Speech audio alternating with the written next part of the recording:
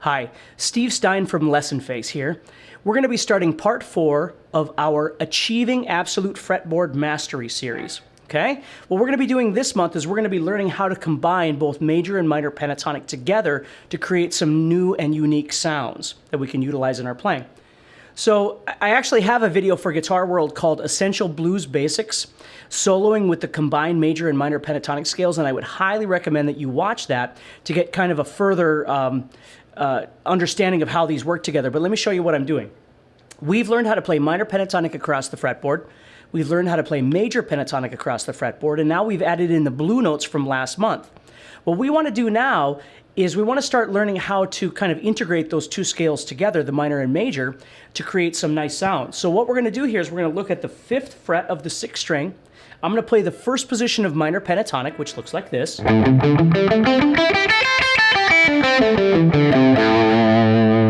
Okay. Then what I'm going to do, if I think of major pentatonic for us at this point is done by moving down 3 frets. Okay. So what I'm going to do is I'm going to move to the 2nd position of major pentatonic, which is also at the 5th fret. And what I want to start learning how to do is see those two positions together at the same time. So a nice way of approaching this, if you've never done this before, is you start off by looking at the first 2 strings, the 1st and 2nd strings here. If I played minor pentatonic, I'd get a 5/8 on both strings. If I played major pentatonic, I'd get 5/7. Okay? What we want to start learning how to do is combine those elements together, and all of a sudden we get a really unique sound. Now, this is the precursor. What we're doing right now is the precursor to what we'll be doing with diatonic scales and modes and all that stuff in the near future. So what I want you to really start thinking about is how these intertwine together. Now, if I took 5/8 and 5/7, and I just simply combine them together, it's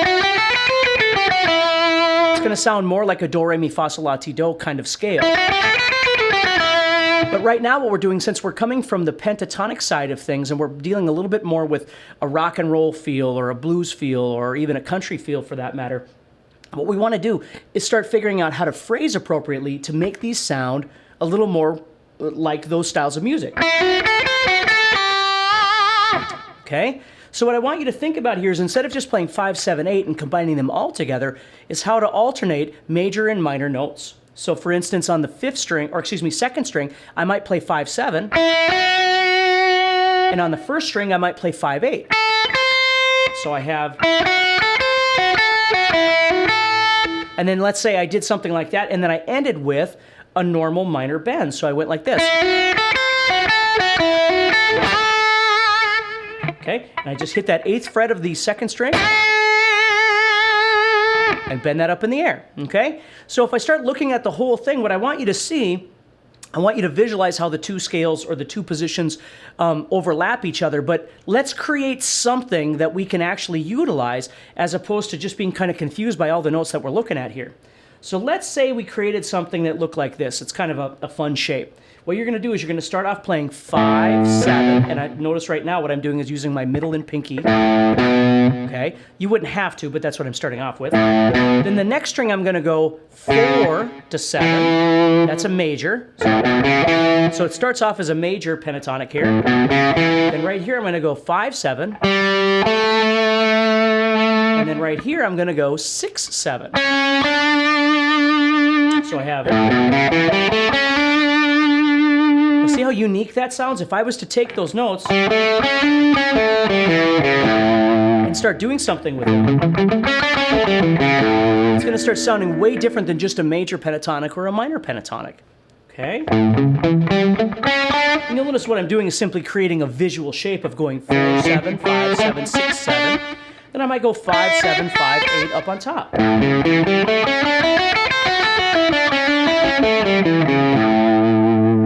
Okay, and then what you can do is you can use any of the outside notes from that. For instance, if you wanted to do a bend, just a standard regular bend.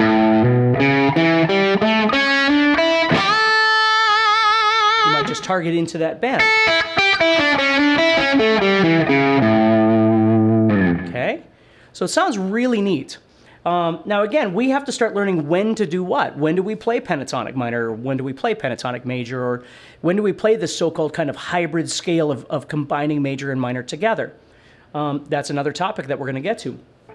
So what I want you to do here is I want you to start trying to explore moving through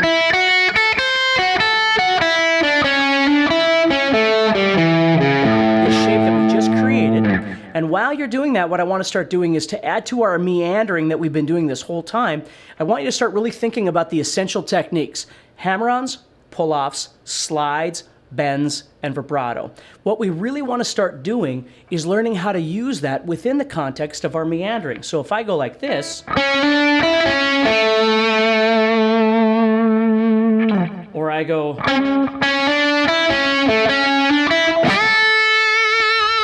you know, doing a bend and then adding a vibrato to it. Okay, I might add some hammer-ons. Notice how I'm hammering from 6 to 7. Okay,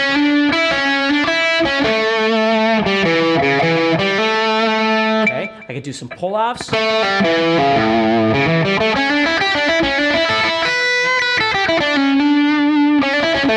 You see? So it's really cool. So I could take now all of these different colorful sounds. I could take a minor pentatonic, and then drop into a major, and then do this hybrid.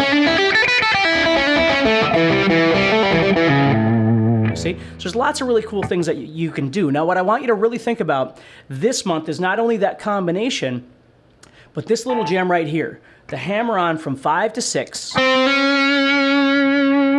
the 3rd string.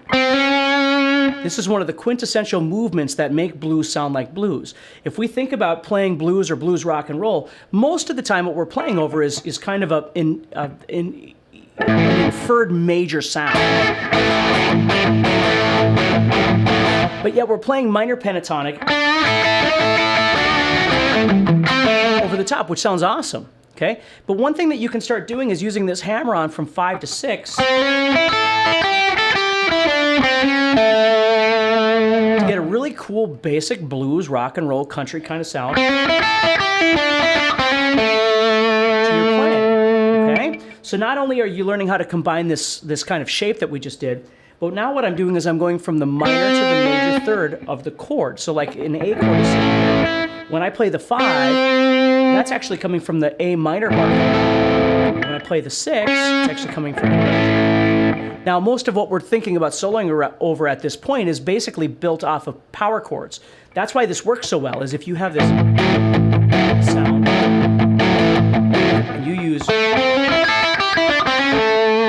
See, rock and roll kind of has its own rules because not everything makes logical sense, but it makes sense in terms of rock and roll. And that's why we start off by learning so many things in terms of shapes and not in terms of actual theory. Now, that doesn't mean that theory isn't important. It's incredibly important. But you can do so many things before you ever get to that point by thinking and visualizing and listening, of course. Okay?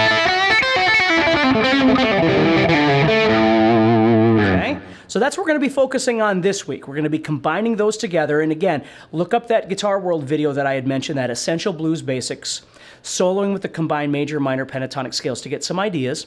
And then with the meandering that we've been doing up to this point, we've been moving. We talked about the rhythm pyramid last month.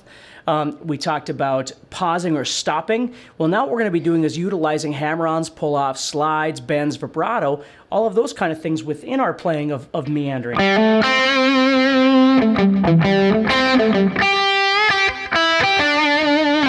And all of a sudden, again, we're getting one step closer to making everything sound truly musical. So make sure if you have any questions, you let me know at lessonface.com. Practice hard and keep it up. Don't get too frustrated, and I will see you next month.